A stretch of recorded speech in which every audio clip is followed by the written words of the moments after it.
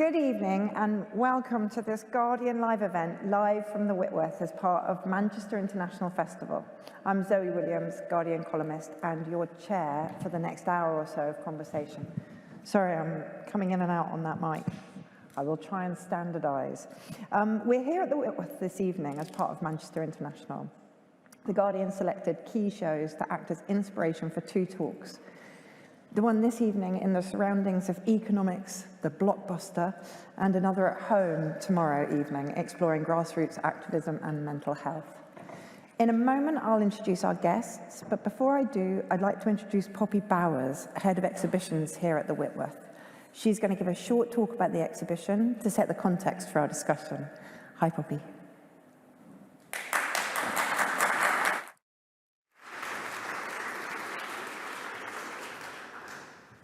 Hi everybody. My name's Poppy. I'm Head of Exhibitions here at the Whitworth and I'm lead curator of the exhibition Economics the Blockbuster. It's not business as usual, which I hope many of you have had a chance to see before this talk. Thank you so much for joining us at the Whitworth, for those of you here in Manchester and for those joining online. We're delighted that The Guardian are hosting this conversation and dialogue with the themes in the economics exhibition, and I'm very much looking forward to this evening's discussion and to learning more. Before the panel discussion starts, I'm just going to give a little bit of context about the show and some of the kind of questions raised in it. And to say a little bit about the Whitworth, for those of you that are perhaps not that familiar with us. So the Whitworth is a gallery and a social space open to all in Manchester. It's dedicated to exploring the ways that art connects to our lives. And our programme is grounded in a sense of civic responsibility, where we attempt to address current social urgencies and where our spaces are used by our neighbouring communities for research, experimentation, collaboration and collective discussion. And over the past 3 years, we as a staff, alongside a number of artists and researchers, have been exploring the increasingly urgent topic of economy. Specifically, we've been thinking about economy as a subject that goes well beyond flows of finance and money, to think of it as an everyday activity, one in which we all take part and which we have the potential to shape. So we're thrilled to launch a new exhibition about art and economy, and to do so in Manchester, the world's often claimed the first industrial city, and a city rooted in thinking about labour, production and value. It's a city that's grown and been shaped by capitalism and also by resistance to it. So the exhibition presents the work of 10 artists, collectives and organisations who are all using art to transform their economies, to better serve the communities in which they live and to shape a fairer world. And they are the Association of Arte Utile, the Congolese Plantation Workers Art League with Renzo Martins, Company Drinks, Golden and Senaby, Centre for Plausible Economies, Lungbung Kios, Owen Griffiths and Alessandra Saviotti, Rosalie Schweiker, the Alternative School of Economics and T. Paub. And our work with these artists has been guided by questions such as what parts of our economies are invisible and what parts are undervalued? Who receives what and how much? Can a museum become a space to rethink economies? And these questions have been given centre stage in the first room of the exhibition. And this is a room that's called Redrawing the Economy. It's a space designed by Centre of Plausible Economies, which is a platform by artist Catherine Baum and the curator-researcher Kuba Schrader, who work with communities to rethink their economies along more sustainable and equitable means. They're inspired by the economist Kate Raworth, who proposes in the opening pages of her book, Donut Economics, the most powerful tool in economics is not money, not even algebra, it is a pencil. Because with a pencil, you can redraw the world. So the central drawing tables invite visitors to draw their own economic diagrams that reflects their life and what an economy means to them. And there's a selection of drawings that you can see downstairs that have been made in the last few days. So we hosted our first workshop on Saturday, and you can sort of get a sense of the range of imaginative prompts and questions and visual mappings that took place. And just today, we had a local high school from Cheadle Human mapping out their school economy and the unsung heroes that they believe are part of that. If you're a group that want to join us and redraw your own economy, we would love to host you, so please do get in touch. But moving out of here, we have then a set of 7 artist-led projects, and I'm just going to mention a couple of them. But they are all kind of making work that are real-world economic systems. They're developing strategies for economic change, being implemented locally and globally, from Wrexham to the Democratic Republic of the Congo. So Lumbung Kiosks is just the first one I wanted to briefly mention. It's a global network of artists and cultural workers operating as a self-organised shop selling merchandise and artworks. Its economic model is based on the concept of lumbung, which is an Indonesian word for rice barns, this idea of the rice barn being a collective community resource that members of the community draw on when needed. And that's how they operate. All the sales income, there's a portion of income that goes into a common pot. And this is the image of the kiosk reimagined for the Whitworth, one of the first presentations it's had within a museum. And that's been a challenge to work and test their sort of infrastructure. And it's filled with products made by the artists from the network. There's currently over 30 members of Lumbung Kiosks, based all over the world, from the UK, Spain, Netherlands to Bangladesh, Indonesia, and Uganda. And the whole system, the shop sales system, the income distribution, is entirely run by the artists in a unique business model. And then the next one to just quickly mention is the Congolese Plantation Workers Art League, who are an artist cooperative of plantation workers based in Lusanga on a former Unilever plantation in the Democratic Republic of the Congo.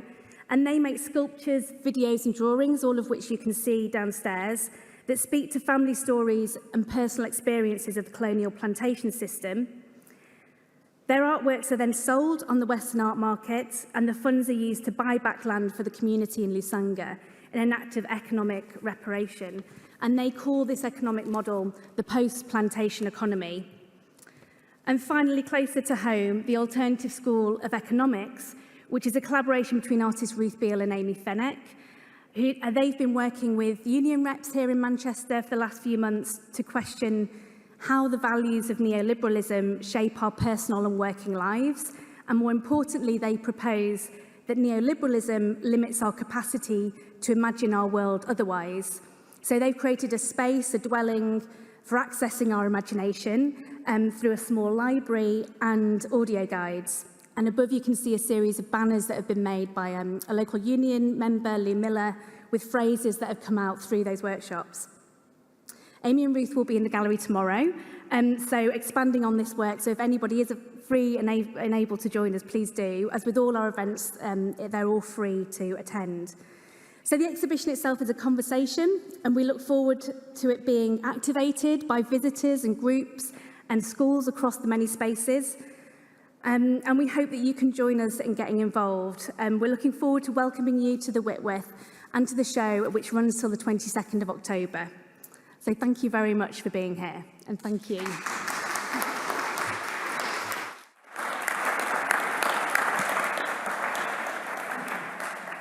Okay, I'm going to give a snappy note on how this evening will run. Our discussion will last for about 40 minutes, and then I'll be looking for questions from the floor. For those of you who are watching online, you can start sending your questions via the Q&A button now, and we'll come to those later in the evening. If you like, please do include your name and where you're joining us from.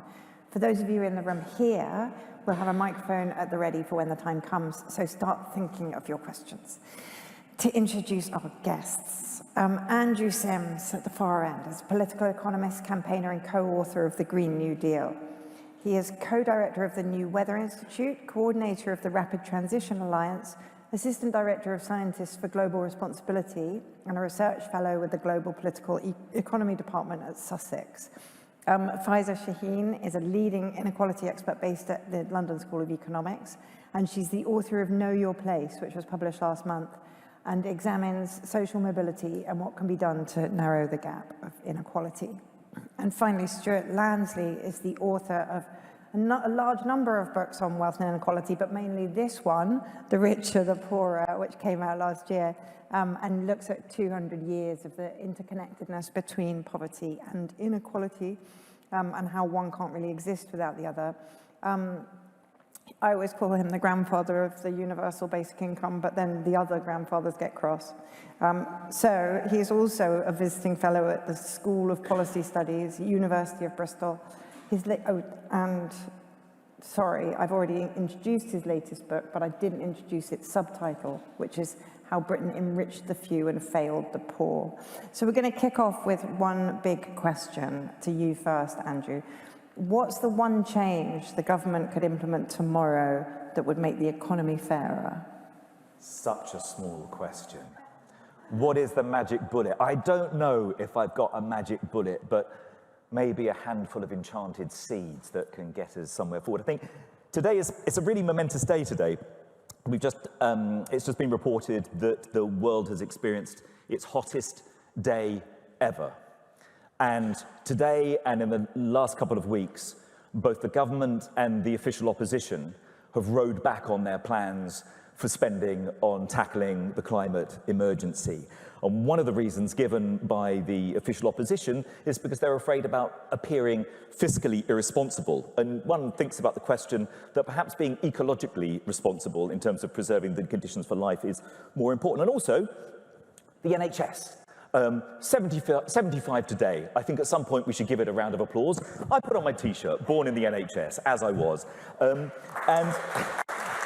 I mention that for a reason, because what we need more than anything else is the kind of boldness that created the NHS in the space of just 3 years, at a time when this country was over 2.5 times more indebted than it is today. And not just the NHS, if we're going to create a more equal and fairer society.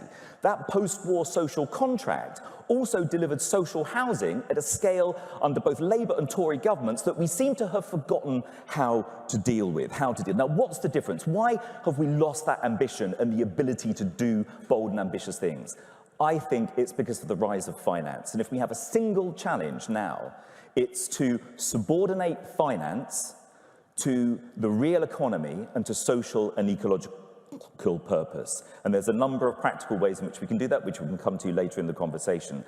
In terms of how we change our lives so that we create the space for a well-being economy that lives within planetary boundaries, as well as having a Green New Deal for rapid low-carbon transition, I'd argue we need to have a shorter working week underpinned by a combination of universal basic income and universal basic services, so that we have the pathway laid out to a well-being economy, better quality of life that can flourish within planetary boundaries. That's just for starters, more later.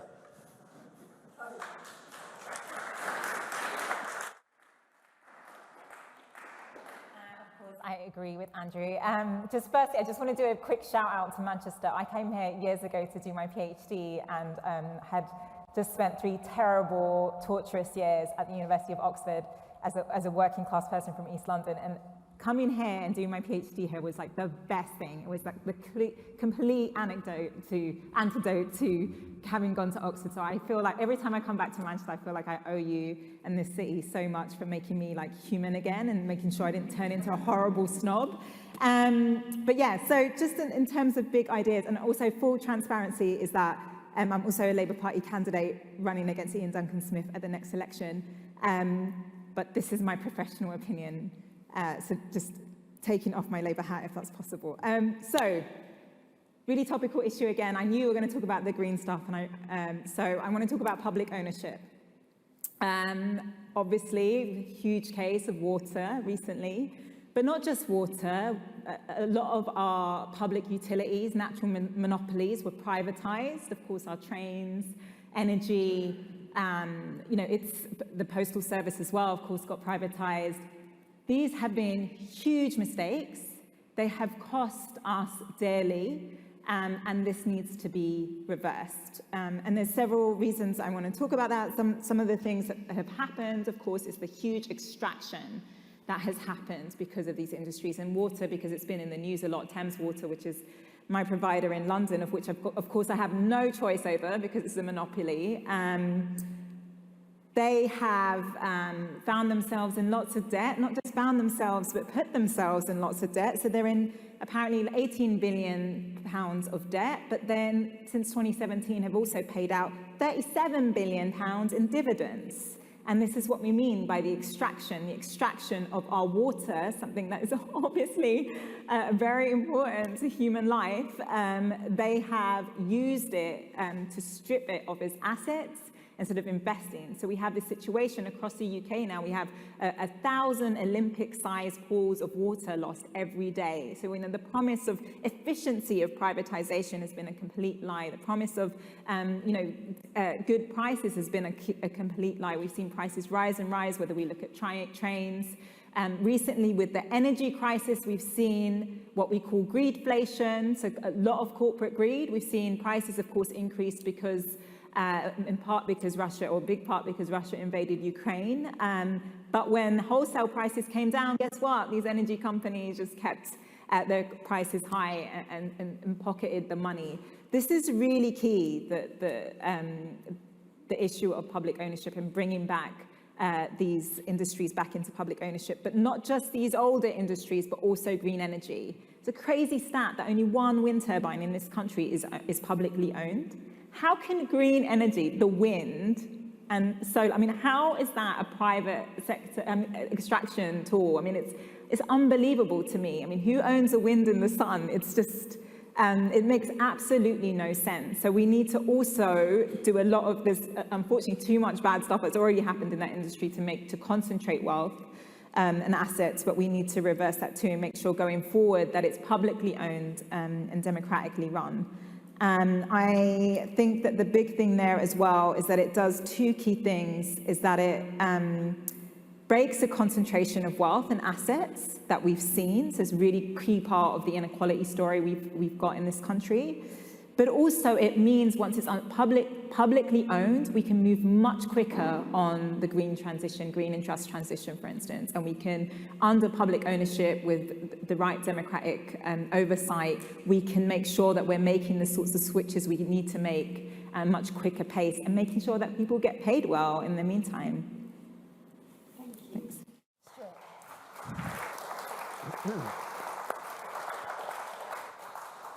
Well, I think this is not really like question time. I'm afraid there's going to be probably quite a lot of consensus amongst us up here. It seems to me that what we're really debating is what kind of society do we want to create? Have we got it right at the moment? So all we really need is continuity of what we've got, more of the same? Or do we want to tweak it a bit, sort of at the margin, just make a few changes here and there? Or do we want a sort of blockbuster, transformative program of change that will completely restructure the way we organize the economy and the way we organize society? I mean, Britain today has a broken economy, it has a fractured society, and the common factor driving those two big crises is what you might call the politics of inequality. Essentially, what we've had is a political, economic, and social bias to inequality built in to the system over the last 40 years. And that bias has created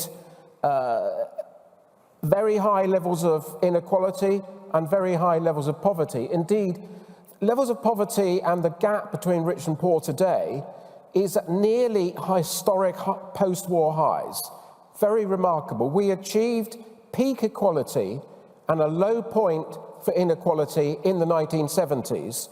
And what's happened is these were historic achievements, and we've reversed those gains in effect. So I think it's very difficult to answer the question with just one idea. What we need is there are immense structural faults in the way we run society, and we need big structural changes to sort them.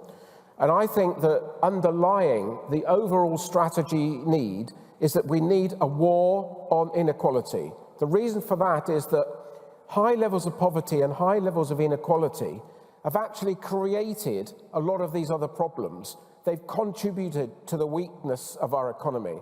They've contributed to the weakness of our society. So, I mean, if you were going to ask me to name two ideas, the first idea, and this is, following Pfizer really, is that we really need to harness Britain's wealth in the interests of everybody. Britain has a paradox. We are asset rich, we have huge levels of wealth and a really weak economy. This wealth is not being created by, huge levels of dynamism and entrepreneurialism. It's been created essentially by extraction by the powerful. So we do need to do something about wealth. We could really make a very big difference to society if we were able to use even a tiny proportion of this privately owned asset mountain in order to restructure and rebuild Britain. But the second thing I think we need to do, we need to bring down, if we're going to cut the gap, we need to bring the ceiling down and we need to bring the floor up. What's happened over the last 40 years is essentially the ceiling's been going up there and the floor's been going down.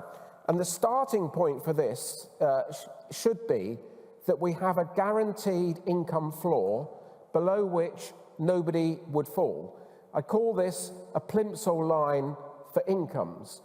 This is a form of universal basic income, and I think we're going to talk about that. But it's possible to have, it's not a utopian idea, it's possible to have a plimsoll line at a relatively low level that will have incredibly positive effects, that will cut poverty significantly, will increase security, and give people choices that they lack at the moment. Okay, so that's it.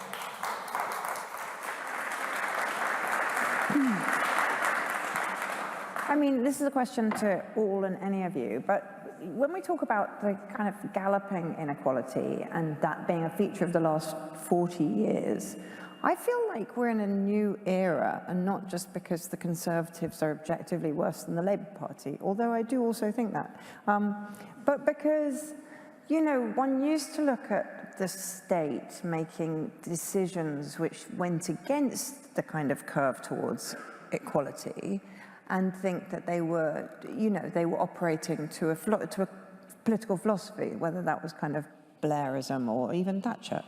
But now you look at the state and think you're just watching some people in the service of billionaires capture wealth on their behalf. And I'd just be interested in what any of you think about the dishevelment of politics and whether that's, and what is possible to do around that.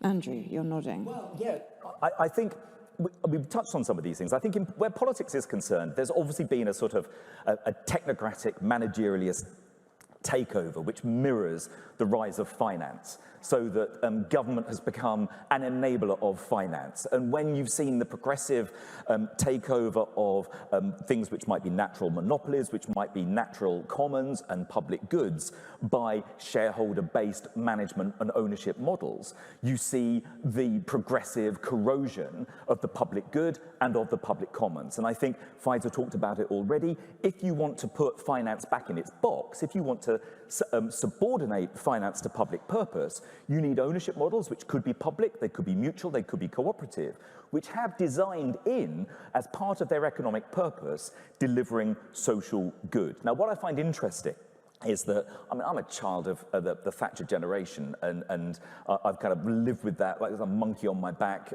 for years. And one of the difficulties of working to try and do progressive economics, reform economics, or transformational economics is belief in the possibility of change. We came up with this little initiative called the Rapid Transition Alliance, where we were trying to imagine, could we change society to be more equal, more just, and operating within climate guardrails in the time frame that the climate science says is necessary? Can you transform things in 5 to 10 years? It's hard to imagine, but if you look around, historically and around the world, you find examples all over the place. And in fact, we've just lived through one, which I think indicates how quickly we can change things when we need to. The pandemic was traumatic and it was tragic for people, but it also demonstrated how virtually overnight we could change economic policy, we could change the layout of our towns and cities, we could change the pattern of our working lives. We even, for about 6 months, ended homelessness. You know, one of those street homelessness, one of those things that you said will never go away. But we demonstrated that you can use the state. We even had the state turned into, you know, the wage payer of last resort with the furlough scheme. I think it's one of the, people have wanted to kind of move on from that because it revealed the kind of things which are possible, which they almost don't want you to think about. And I think we have the power of transformation. I'd definitely go for Stuart's option 3, the big, bold, wonderful transformation. And I think we've got the power to do it if we remember our own agency and remember what the state is capable of. On that point, Faiza, when I was listening to you talking about the kind of wealth capture, specifically with the water industry, it's really fascinating how much currency that idea has at the moment. People are sick of it. Even people who aren't left-wing at all are absolutely sick of the sight of it. Does it feel to you that like that quite broad-based, you know, broad spectrum disgust it can be politically mobilized and will galvanize people into some kind of meaningful collective action? Yeah, no, absolutely. I mean, I years ago did loads around public ownership of water, and it's amazing like how it's coming up on the doorstep right now. So one of the best things about doing politics that you know you have to go out very often and knock on doors and talk to people. So I had this woman who was, you know, very straight up conservative, you know, said some views on refugees, I completely do, you know, thinks the country's going to, like, the country's going to sink. I mean, these really right-wing ideas. But water ownership, public ownership of water, fed up of the way in which our water industry is being treated. And absolutely, you know, I just found myself going, yeah, I agree, of course, it should be brought back into public ownership. I mean, part of her issue was that it's foreignly owned. But yeah, you know, it's interesting how that's happening. The problem is, and this is the kind of point that Stuart was making as well, is that people movement, that organization of people coming together saying we want something different, needs to counter what inequality has done to our political system. Now, I'm a political candidate on the left. I am already getting emails from Bupa and other private companies wanting meetings with me. Like, that is already happening to me. So what happens to all of the MPs already there that are on the right, you know, or in the center? And the ability, what's happened is that of course, the rich want to stay rich. They want to keep things the way they are, and they use media, social media included, and they use political lobbying in a very, very effective way. They make politicians scared of pushing back on the status quo and taking up these positions which are completely moderate and normal and make complete sense and actually are supported by most of the public. And this is the problem we have, that our political system has been captured.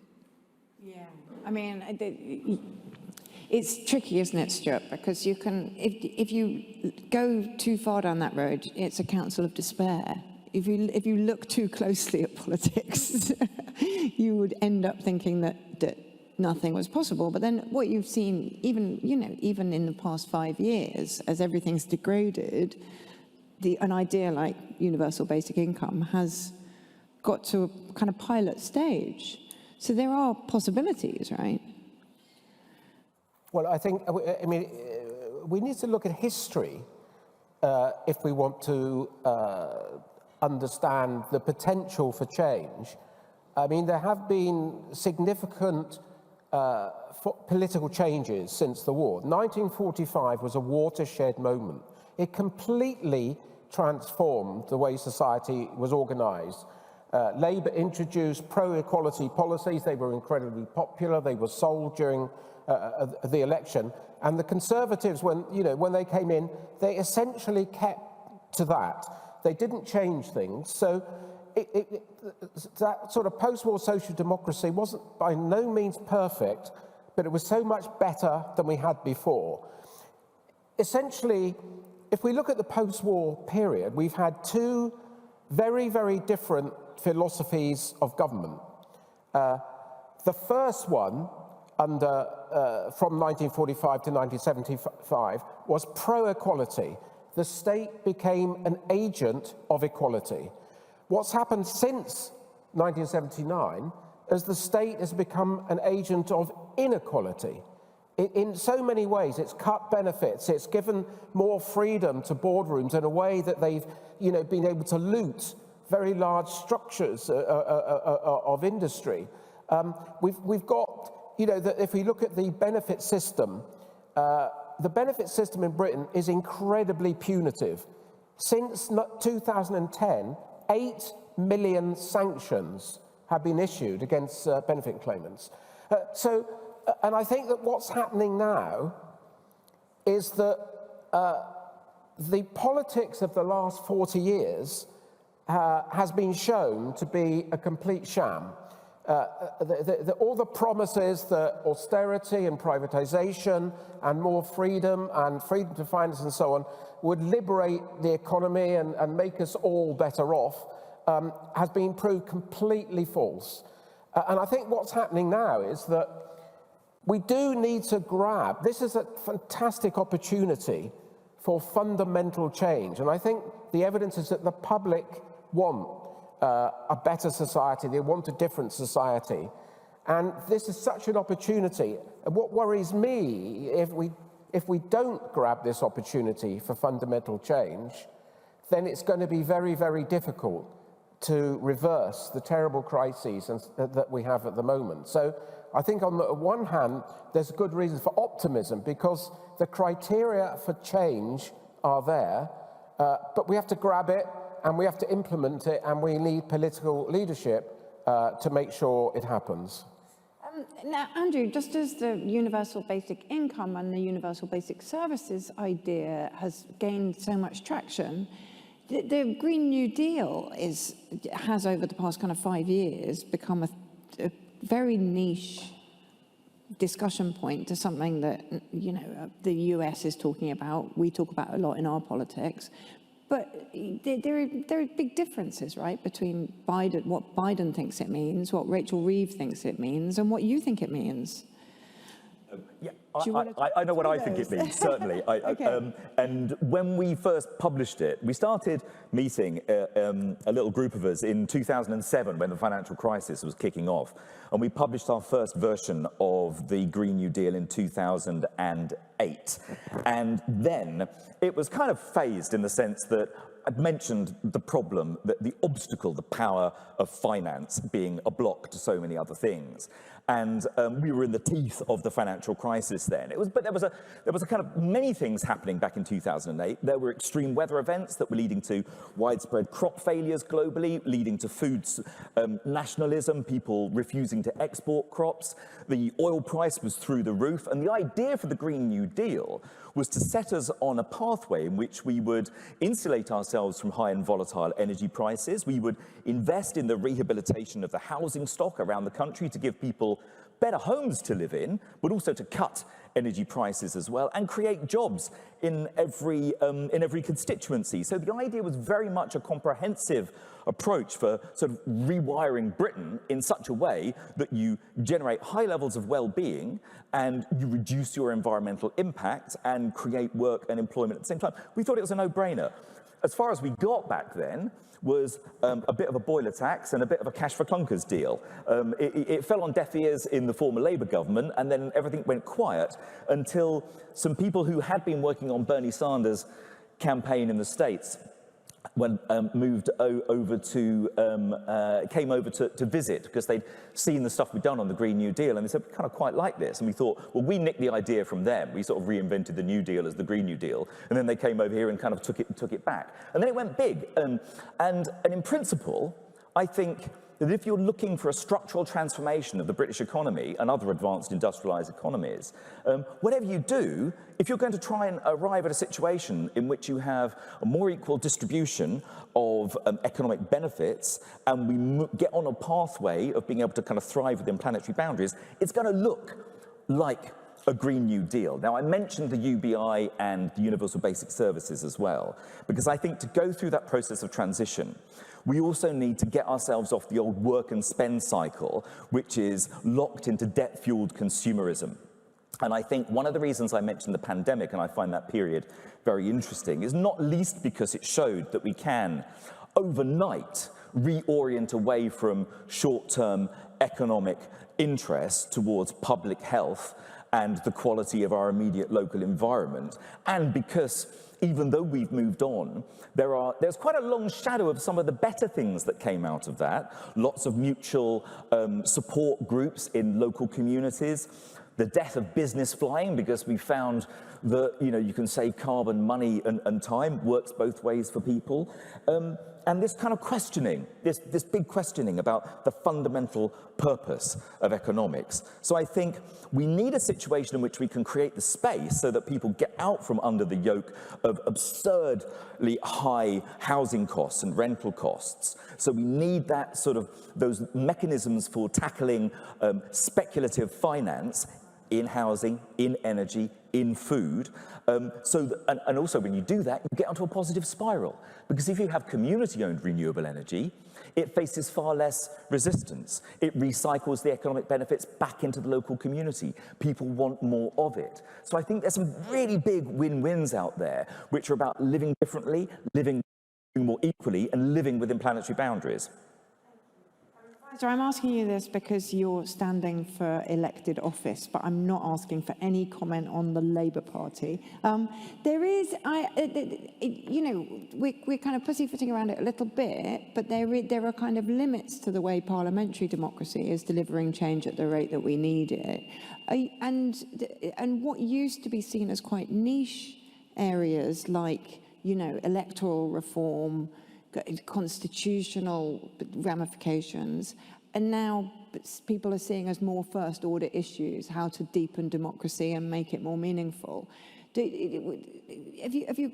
you think? Yeah, I mean, the number one thing that comes up on the doorstep is I don't trust anyone. It's despondency. There is a complete crisis of democracy in this country, and why would anyone trust politicians after what we've seen in recent years? I mean, the line is so intense that people are sort of struggling, not only even just to kind of imagine something better, but to imagine a different set of people that actually cared, or which is really bad. I was speaking at this local girls' school recently, and I asked them, how many of you trust politicians? And not only did not one of them put their hand up, they burst out laughing. That is the absolute state of affairs. I mean, it's really, really bad. And so I think that's why people are asking these questions about the House of Lords, electoral reform, people's votes actually counting, imagine that. And I think those are really key, and I'm really glad that a conversation is happening. I was listening to Andrew, and so Andrew and I used to work together, and I was like 25 at the time, and you guys were writing the Green New Deal, and I thought it was so cool, and I was so proud to work at the New Economics Foundation at that time, because we were one of the few organizations that were, making those points. But do you remember how we were treated? We were talking about this, people used to ridicule us. People used to be like, call us the No Economics Foundation. And so I do want to say, sometimes I feel quite tired and cynical about stuff. But we've come a long way from that.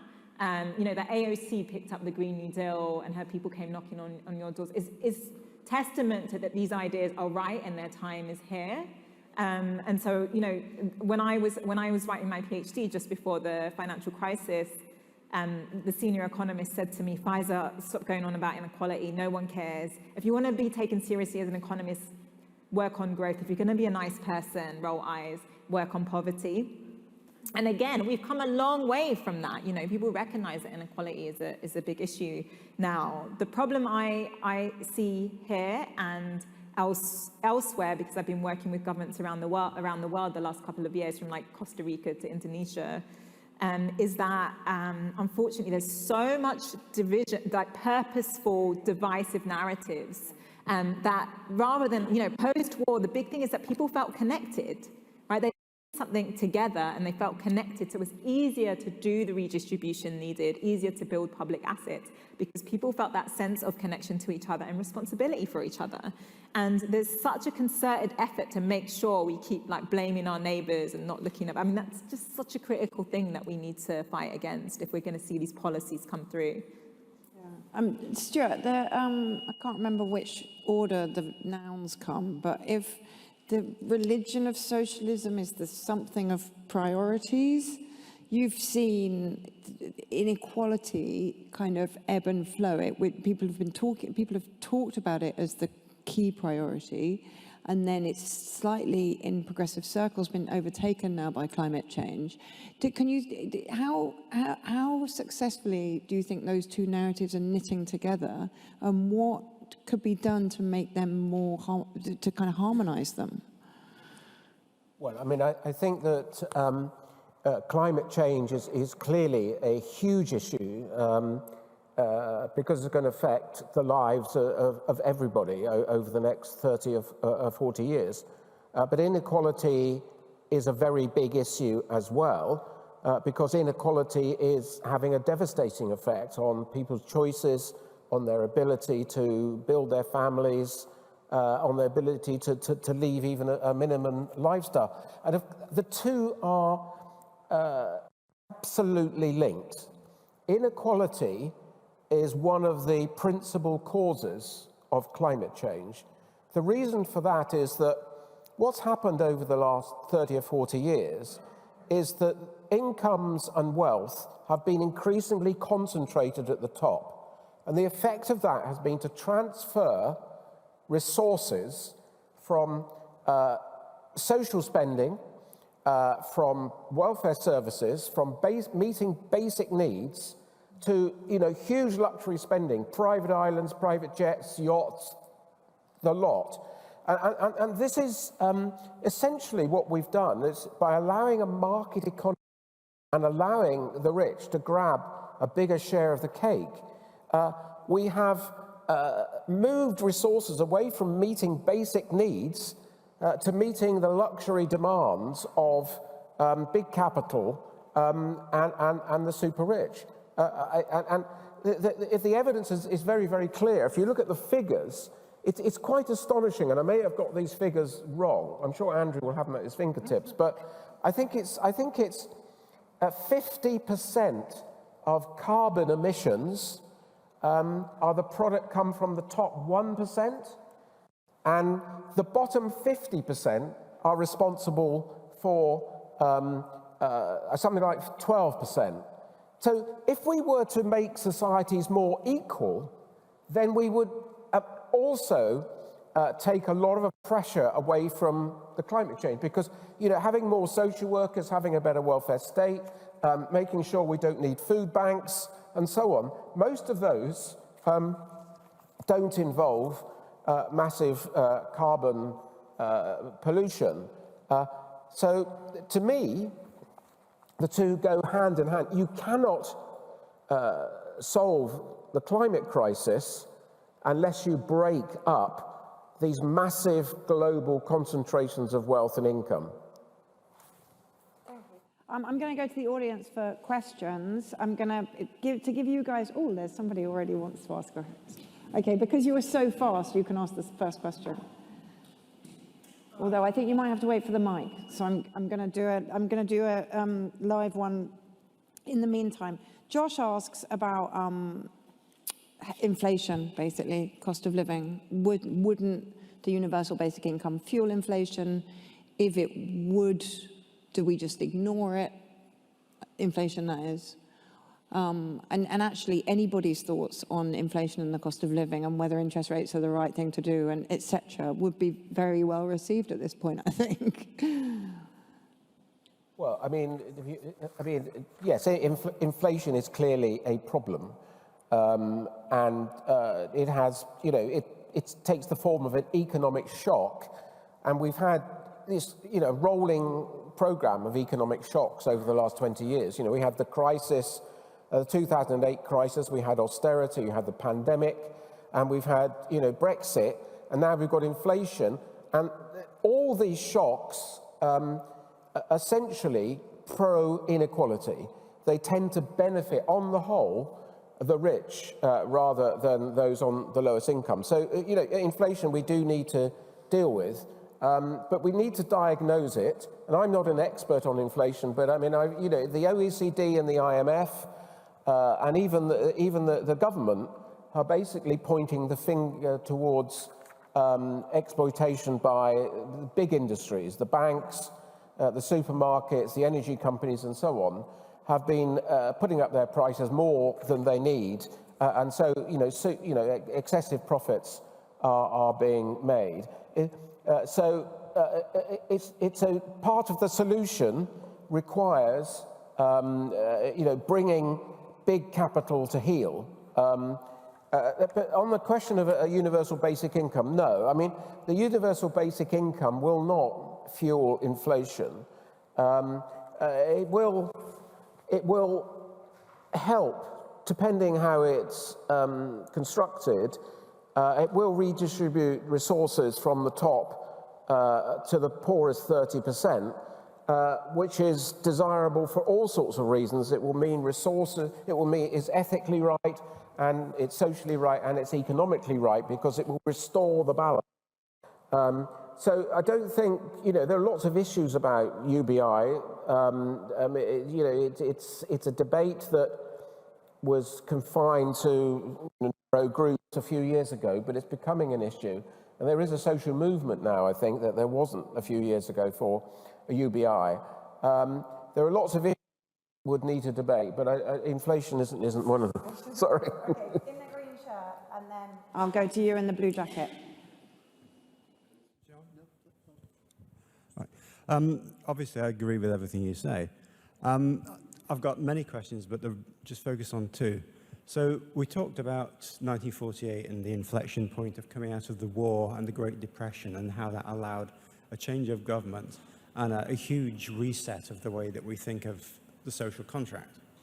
Given that we've been through the pandemic, we've been through 40 years of denuding the public wealth, we're going through climate change, what do you think is going to be the inflection point this time? And I don't think water is going to be enough. That's one question.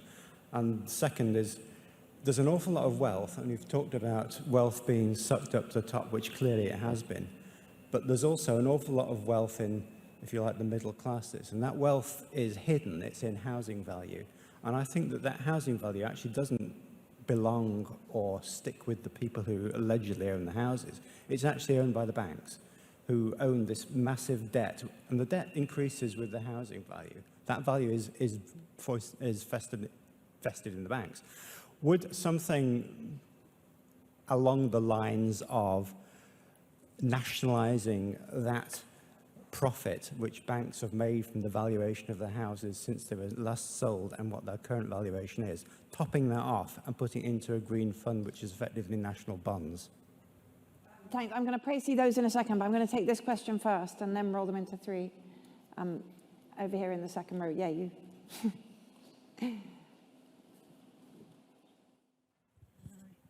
Hello, my question's on similar lines, actually, because I'm old enough to remember the 1970s and what you mean by an egalitarian society. I'm also a product of it. I was benefited from that, and I'm finding it difficult to be optimistic that there's going to be political support for these sort of programs, unless we have something that is equivalent to class consciousness, which was the political rhetoric at the time, which was developed over many, many years. So if we don't have something like that, this to replace that sort of political will for this, then are we stuck with, is the market and the brand all that is going to produce this kind of egalitarian society? Because I don't really see the support even for universal basic income, which might be in its pilot stages, but I really don't think that is going to be popular.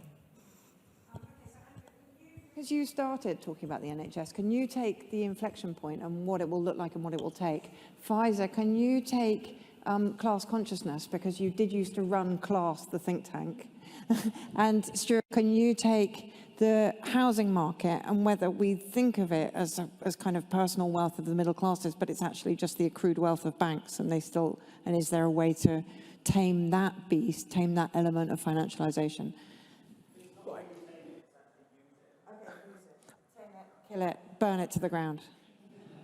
So, inflection points. I think there are many of them. I think I'm going to mention again, because it's such recent lived experience, the suddenness with which we rediscovered the importance of the people who care for us in this country during the pandemic, the people who make our public transport run, the people who fill the shelves in our shops. And I think when we were back at NEF, another report we did was one called A Bit Rich, where we worked out the social value of different professions. And surprise, surprise, as it was at the time, that the least social value jobs got the highest remuneration, and the highest social value jobs got the least. You know, so people who worked as recycling workers or hospital cleaners put more value back into the economy than chartered accountants and highly paid city bankers who took vastly more out. So we rediscovered, that was an inflection point. I think people saw what really mattered to the economy then.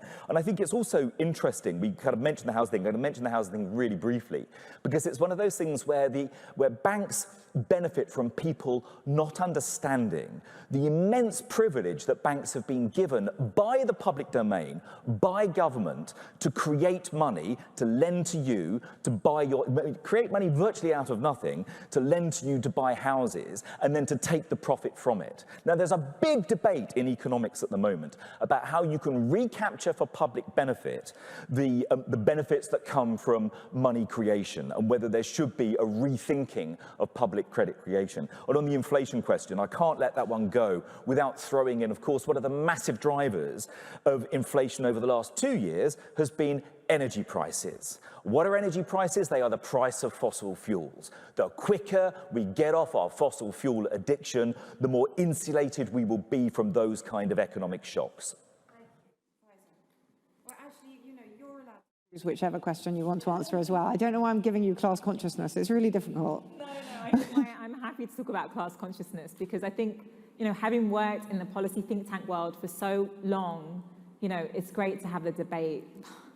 We need to see the change, and, you know, I'm deeply frustrated with political systems and even, you know, joining the political system, I guess. But so class consciousness and what we do from here and how we make things like UBI popular. I have to admit that I'm not completely sold in UBI because I find it is politically really difficult, actually. You know, as someone that knocks on doors and speaks to everyday people, I think it's unfortunately as well the sort of idea, as you'll know, Stuart, that the right like, because change in government, which inevitably happens, you know, you have to think about the way in which policies stick or don't stick or are co-opted.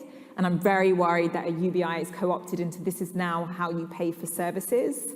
So, you know, I think there are some questions around UBI, though it's a good idea in principle.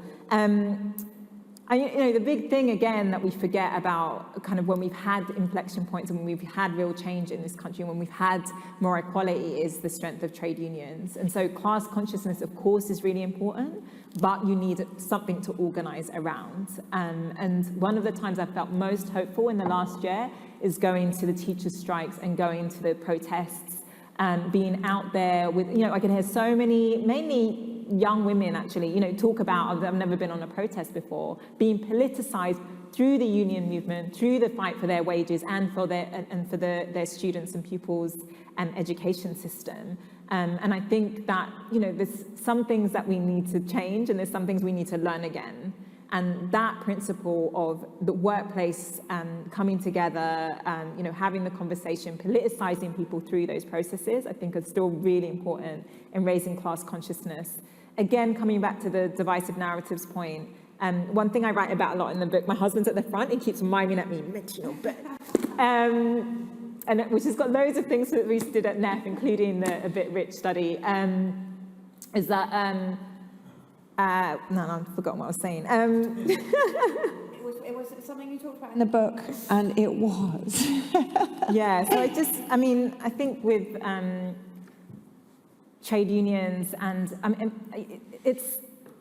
what's happened is that the class narrative has become one of like the white working class and everyone else. And I noticed this with a colleague of mine that was working at a race think tank, Runnymede, a few years ago. And we got really frustrated because we were like, since when has the working class just been white? The working class is multi-ethnic. I mean, for centuries. I mean, my great-grandmother picked sugarcane in Fiji, but Fiji was British owned and that money would flow back here. She was part of the British working class, even on the other side of the world.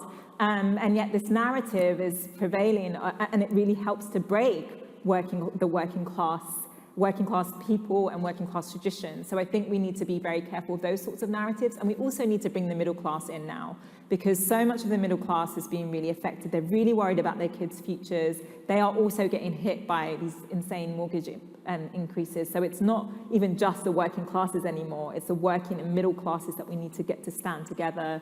And you know, the fight for decent wages is a really obvious place to start. And just on inflation and different approaches, you know, one of the countries that's done best on this is Spain. And it's because they address the issue at root. They didn't say, oh, this is the fault of like public sector wages.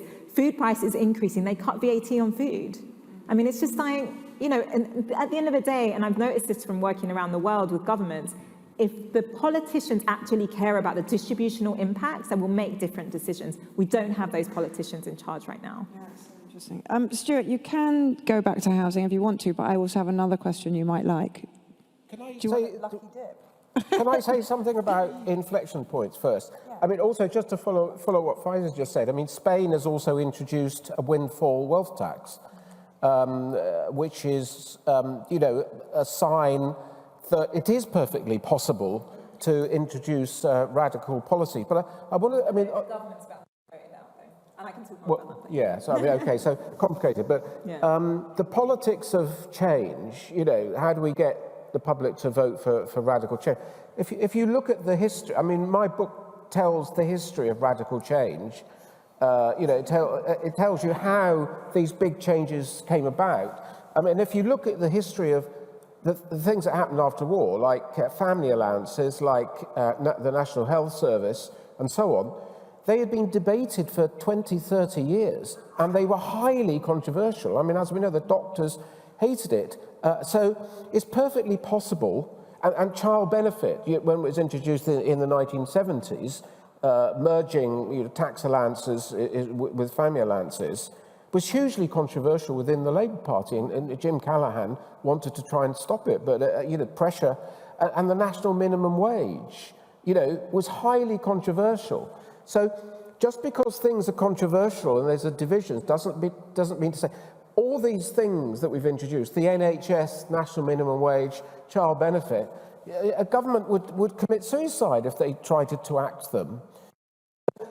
And I think the idea of a UBI is a little bit like the NHS in 1945, and a little bit like child benefit in the 1970s, a little bit like the national minimum, i.e. it's controversial, there's a debate, people are very divided about it, but it will come, because I think it's a little bit like, I think it's inevitable. I think the only way we're going to, you know, create decent societies, fair societies that work, is by guaranteeing everybody a minimum living standard, and a UBI is part of, as is universal basic services. But the housing market, I mean, just say, if we look at the housing market at the moment, it's more or less a completely free market.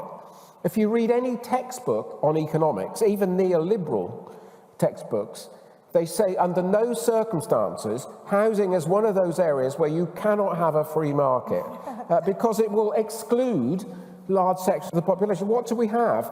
We have a housing market where supply of housing is determined by the rich and affluent, by the construction industry, and by the finance system about where they lend. It's no wonder we've got, you know, so many resources have gone into the provision of luxury flats at the top in London, Manchester, so many places that are being bought by the global super rich and of making no contribution whatever to British society. So housing needs is part of this package for fundamental. we need to go back essentially to the post-war system of a managed housing market. Look, I'm going to ask all of you a question that's come in from somebody who's on the live stream audience, but we are going to overrun by another 4 minutes, so everybody else think if they want a question too. Peter says, is it disingenuous to refer mainly to billionaires? Surely reducing inequality requires some additional tax contribution from the fairly well-off middle-class households, as well as the top 1%. And I do think that's interesting because the top 1% isn't the billionaires, right? So, you know, there is a kind of material difference between whether you're talking about the top 0.1 or the top decile. And it makes a difference of the kind of political complexion of what you're saying. Anyway, somebody help me out.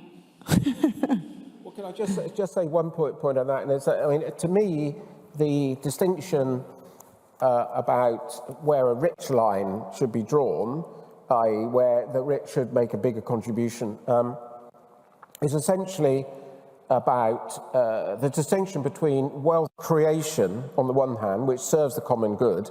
You know, if you're building new industries or building social infrastructure, that strengthens the economy and it strengthens society. So wealth creation, if you're a wealth creator and you become a billionaire because you've created masses of wealth, then, you know, that's completely different from wealth extraction, where, you know, where a small elite of financiers and corporate barons and so on set out to enrich themselves, not by building stronger companies, but essentially by looting our industrial base. So, yeah, okay, sorry, I was going to say, I mean, is that universal across all of you? Is that where you would draw the rich line in terms of how the wealth was accrued rather than an actual number? I think it's this thing about how wealth was accrued. For the most part, so in my book, I do look at the rich list and look at the 1,000, and we did like loads of work, like data scraping their backgrounds, what companies are. I mean, a huge percentage of them don't even work anymore. They're on boards of companies that were their families bought companies. But you know, for the most part, and this is what we need to destroy. We need to destroy that you are paid what you are worth. You have what you have in your pocket is directly correlated to how hard you've worked in life. It's just absolutely not the case. And that argument is why people can say, you know, use to say, oh, this is why I shouldn't get taxed more. I earned this money. I worked really hard. When you look into it, they often inherited a bunch of wealth. Yeah, they might have worked hard, but they also had a huge team behind them. You know, I always say, I use the example of Elon Musk, you know, when he became the richest man at one point, there was like this article in the BBC that was like, top 5 things you can learn from Elon Musk. And it was like, follow your dream and like, don't worry about money. And I was like, what? This is so ridiculous. This man was born white in apartheid South Africa to completely strip out the political context in which you're born into. So, you know, this idea of hard work just needs to be completely dismantled. We are all a product of the societies that we are brought into, and we are benefit or don't benefit from the assets that those societies have, and we benefit from the teams that work with us. So even if those CEOs never did it on their own. So, you know, I think it's really important we get into that argument. That's the only way you can get people to kind of shift their ideas on who should be paying taxes and how much. I might take a slightly different angle on it, and if we sort of locate this conversation in a global context, and if we're as committed to reducing inequality globally as we are within the UK system, that has certain really profound challenges for us. Because if we were to talk about, say, the polluter elite in a climate sense, well, it would unfortunately, at the moment, be most of the people in the UK, certainly most of the professional class of people in the UK. And part of the problem of that is that we have normalized lifestyles in which in the face of the science that tells us that we need to radically change our behavior patterns, we are surrounded by prompts in consumer culture, whether it's in magazines or on billboards or on TV, that normalize the idea that it's okay to fly around the world a couple of times a year or to own 1 large SUV or even 2 large SUVs.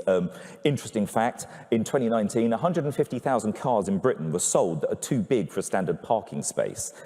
Advertising has shifted vehicle ownership patterns from SUVs being 1 out of 10 of new cars to being about 5 out of 10. Advertising did that in a decade. So we're being engineered in a sort of debt-fueled consumer culture, materialist culture, in a way which is inimical to meeting the demands of equity on a global stage. And that brings it back to us. So I would chuck in, you're asking for sort of little nuggets of policies. I would like to see done for the advertising of high carbon, heavily polluting lifestyles and products what we did for tobacco advertising. I'd like to see a advertising ban on high carbon goods.